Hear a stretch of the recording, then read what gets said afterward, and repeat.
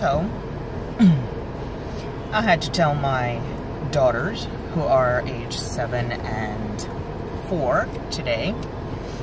Thought I'd discuss their father with them since, you know, since Christmas of last year.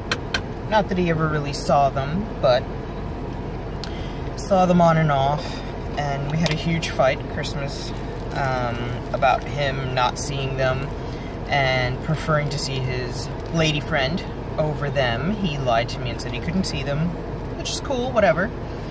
Just don't lie to me about it. We had a huge fight in front of the girls. My son, who is 10 now, chooses not to see him, or chose not to see him anyway, which is fine, it's his choice. Had to tell them, the girls, about it. My 7-year-old took it kind of alright. She said, well, I already said I didn't have a dad anyway, so whatever. My 4-year-old cried about it, you know, asking why doesn't daddy love me, and why does it have to be this way. Now, it's a really hard subject for me and for a lot of mothers, I think. A lot of single mothers, because it's sad when children's fathers aren't involved, and it's not because of you, it's not because of anything except that the father just simply doesn't want to be involved in the child's life. I have open visitation for their father, and I let them, you know, I let him be involved all the time whenever he wants. It's his choice not to be involved in their life. That's fine. I'm not going to force you to be a father to your children. That's not my responsibility, it's yours. So what do you tell a child that says, why doesn't daddy love me? Why doesn't he want to be a part of my life? When I left him, my youngest was about 9 months old. I really didn't know what to tell her. I just started crying with her, and I told her I'm sorry. You know, I tried to get him to pick you guys up, to be a part of your life. But I told her, honestly, you're better off. It's not that he doesn't love you, it's just that he loves himself more.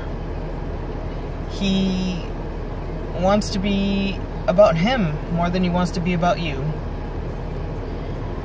And it's one of those, don't ever think that you're the one at fault. Don't think that it's you that he doesn't want.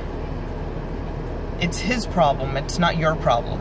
It's him that's broken, it's not you that's broken. So, when your child comes up to you and says, what did I do wrong? It's always, you didn't do anything wrong. It's the other person's fault. It's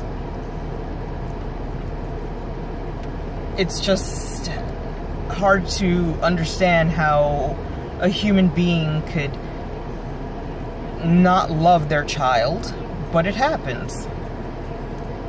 And it's hard to be both parents, although you can't fill a father's place. You can have, in my case, my father as their grandfather, my brother and my brother-in-laws as their uncles. You could do that, but it's not the same.